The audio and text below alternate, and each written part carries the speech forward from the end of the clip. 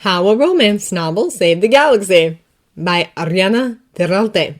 Chapter 67, Concordia 8. They were climbing up through the vents when a big shudder shook the mine. Obi-Wan had only a moment to fear that the explosives below them had blown before the full weight of his squad came crashing down on him. He braced himself as best as he could, scrambling to grab the force, but the vent walls were slippery and his fear made it hard to focus. He fell. Gartlo was beginning to feel optimistic. She could hear the hum of Windu's lightsaber on the floor above them, defending them from the Death Watch forces. Faye and Kuhn were gone above, floating the wounded Ade from the explosion out of the mine after Kuhn cut through the fire door in front of the lift on their level. There were just 5 more Ade to rescue, though she had her doubts about whether Law would be willing to leave without Obi-Wan. She mouthed the words to the battle chant now being piped into the mine's sound system, replacing those annoying alarm klaxons. She tapped along with the beat as well, wishing she could join in. It must look glorious up there to have so many Verde performing the battle chant. The only issue with the success of the topside mission to hack the Death Watch comms is that it seemed to have tripled the number of them using the lift. Level 10, where their old mining tunnel came out, was a frequent gathering point for Death Watch to head topside. This blocked their exit, meaning the rescue was moving in fits and starts as they waited on the lift. Awad had had a close call coming back down here from his last trip, getting his shoulder clipped by the unexpectedly descending lift. He didn't let that stop him, though, and grabbed 2 more Ade to bring above, while La arrived back from another trip. Gartlo motioned 2 more Ade forward, planning to take the final one herself, when she stopped. There were 8 Ade! "Where did you lot come from?" she asked. Most of the Ade started guiltily. They weren't wearing the nicer kute of this level's Ade, and were covered in streaks of dust. "This is a rescue, right?" asked the tallest of them. "You're true Mandalorians? Obi-Wan said you were coming." "Obi-Wan?" La seemed to teleport right next to her. "Your squad?" "Yes, sir.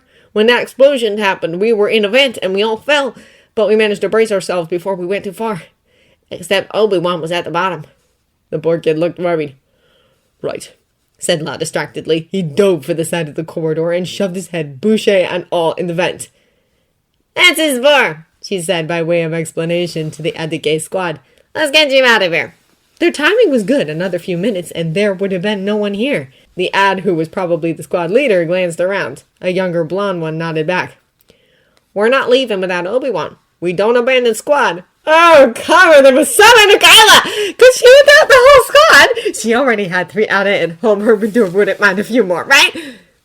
"I hear you," she said. "I wouldn't want to abandon my squad mate either, but we're only able to evacuate you in 1s and 2s, since we're using an old mining tunnel on level 10 to escape. The rescue ends once you're all out. It also won't be abandoning him, since La is never going to leave without everyone. I can guarantee that. Plus," she surveyed the group, "you have wounded to think of." One kid had a broken hand, judging by the bandages, and the Vantoran looked like they were in shock. The leader looked torn. "Attica, let us rescue you. You read that chant? Once we're out of here, the wrath of the Tong really will fall on Death Watch." "Corinth," said one of them with tan skin and almost white blonde hair. They appeared to be twins, but the Ad next to them. "The Nami will be all right. Let's get out of this Criffin mine before they blow up the bombs below us." "What? Bombs?" There were echoes of the blaster fire and shouts of Death Watch above him in the vent, so Holdown couldn't risk yelling down to Obika. He really wanted to, especially when the heads-up display in his boucher narrowed in on a heat signature far down the vent. He couldn't risk Death Watch noticing someone was in here and dropping another bomb right on Obi-Wan's head. Those poor Ade he'd helped pull from the rubble were already indelibly burned into his memory. He pulled his head out for the moment it took to pull off his helmet before thrusting his head back in. There was nothing for it. He thought as hard as possible about his love and care for Obika and his desperation to reach his Ad. There was no Beskar between them now, so hopefully Obika was cogent enough to respond. He was planning to somehow drag Windu down here and get him to contact his Ad when a rush of surprise and happiness went through him. Holden sagged against the vent. His Obika knew he was here. All right. He pulled his head out for a second and used his vambrace to manually release the grappling hook on his belt. He couldn't fire it downwards, since it would embed itself into Obi-Wan. He stuck his head back in and tried to project his plan towards his Ad. The manual lowering of the wire was slow, and he was worried he wouldn't have enough to reach Obi-Wan. There was a rap on his backplate. He pulled his head out, letting the grappling hook and wire keep lowering. "What?" Gartlow was above him. "I'm getting the last of the Attica out. Obica's squad says they will wait for him above. They also say there's bombs below us, so as soon as you have the kid, join Windu in getting out of here."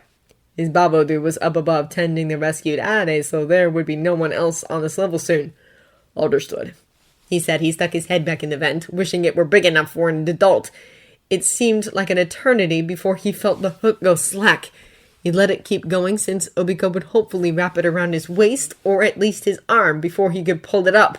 Finally, there were 3 sharp tugs, and a feeling of readiness filled his mind. He triggered the recall. It was rated to carry at least 2 adults, so Obi-Wan's weight should be negligible. He made a mental note to get an upgraded one that reeled you in much faster. It was several long minutes before he could see Obi-Wan's face. He was forced to pull his head out and brace himself across from the vent hole. Finally, his ad made it out, covered in dust and wearing an unfamiliar kute. Holdan moved in for a hug, but stopped when he saw how carefully Obi-Wan was removing the wire wrapped around his waist. He was hurt much more than the bruise he was sporting on his face. It didn't seem to stop him from grinning madly when he saw Holdan. "Boom!" Holdan came forward and gently pulled his ad into a Keldabe kiss, projecting all his love and happiness at his kid. "Obi-Wan." "Omo!" Obi-Wan's voice was a bit hoarse. "I'm forbidding you from entering another mine filled with bombs for the rest of your life." Obi-Wan chuckled. "Yes, Bo." After the events of the past few weeks, Holdan was under no illusion that Obi-Wan would be able to keep that promise. But he had to try. He wanted to carefully hug his ad close and never let go, but that was for later. He unhooked Obi-Wan's lightsaber from his belt and handed it to him. "Let's get out of here."